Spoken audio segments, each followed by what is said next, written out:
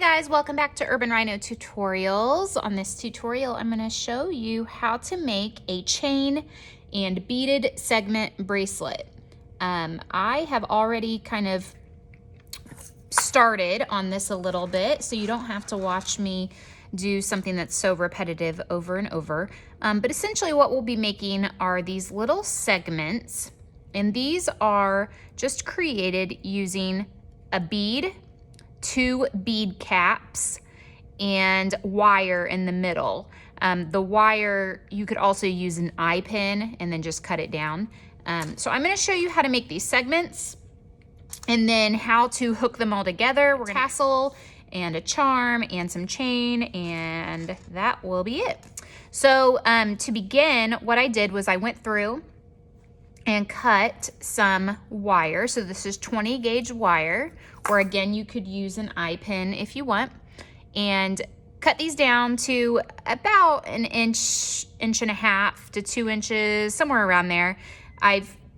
You really only need probably less than an inch, but you want to have enough to kind of grab a hold of it. If you don't, it becomes kind of difficult to work with. So once you have your wire cut, and I did 8 pieces, you want to use your round nose pliers, grab a hold of the end of the wire and make a loop. And I was grabbing the wire near the end, not completely at the end, but kind of near the end of the barrel of the pliers so that I get a pretty small loop like this. I'm going to slide on one of my bead caps and then one of my beads. Obviously, it's important that you get a bead cap that matches the size of your bead. You wouldn't want to use these bead caps for like rocaille beads or something like that. Okay, and so I've got bead cap, bead, bead cap, like that. I'm going to trim this wire down so that I have about a ½ inch sticking out, like this. And then I again am going to take my round, I'm gonna trim a little bit more. I'm gonna take my round pliers, grab a hold of that end and make a loop again. And that will keep everything in place. So you can see, just like that. Okay, so I have 7 of those completed. Let me make another one here. And I was kind of going for like an oceany theme with these, with the colors of the beads, and I'm gonna put a little turquoise tassel on and a little seahorse gold charm that will hang off as well. I don't know why, I just saw those colors and thought I would use those. So again, I made a loop. I'm putting a bead cap on, my bead, my next bead cap. I'm going to trim it down approximately between 1/3 and a ½ inch. Grab a hold of it, make a loop, and there we go. Okay, so now that we have all of these finished, I'm going to connect them together. And to do that, I just need to use a jump ring for each little segment in between. So I'm using some smallish size ones. I don't want them to be too big because you don't really want the jump ring to take over the bracelet itself. If you get rings that are really big, in my opinion, it just kind of dominates the piece, and you don't want that. I'm trying to make sure, yeah, that's the size I want. So I'm going to open my jump ring. Remember, always twist your jump ring open, never pull it apart. So I'm going to open it like this. I'm going to hook on 2 of my beaded segments and close it back up. So now I have those 2 connected together, and I'm gonna move on to the next one.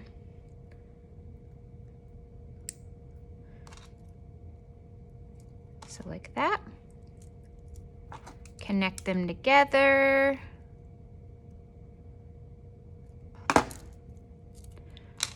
Just like that. Okay, so let me finish these.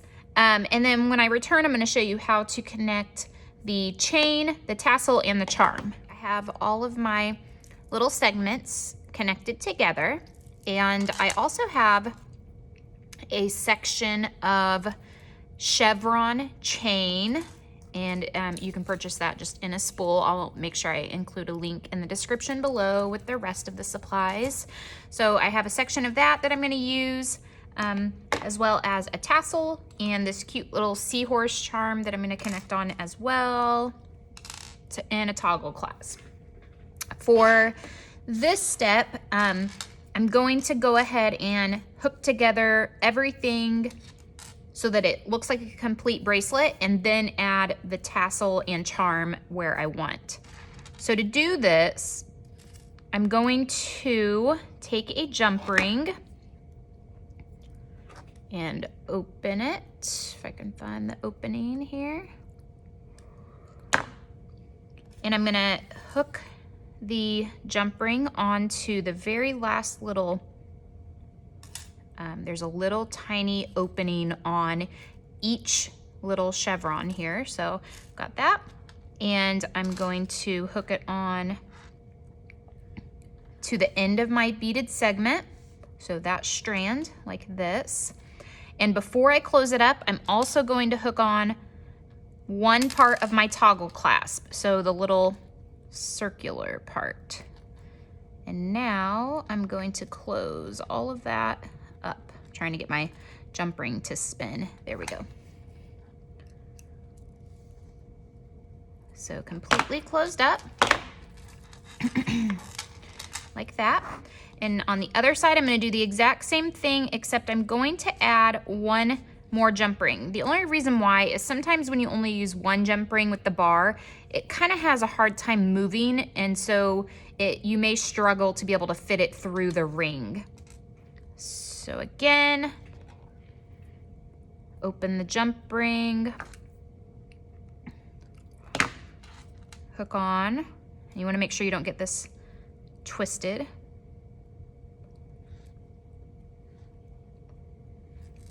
So, sorry, I mean you want to make sure you don't get your chain segment twisted.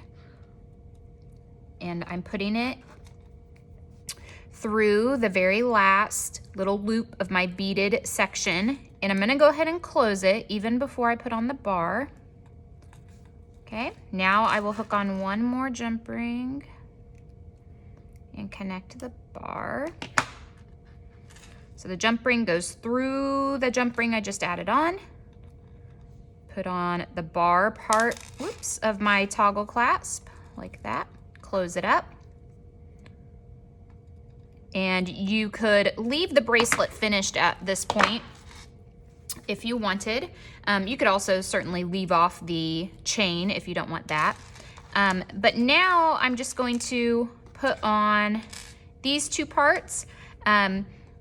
I can put the charm, you know, in the middle and the tassel at the end, or kind of space them out. I do think I want to put the tassel where the toggle clasp will come together.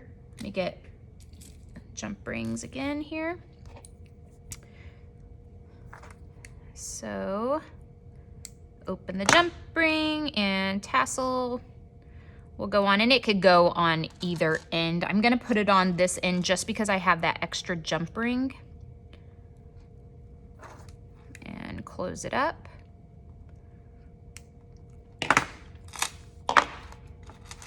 Okay, just like that.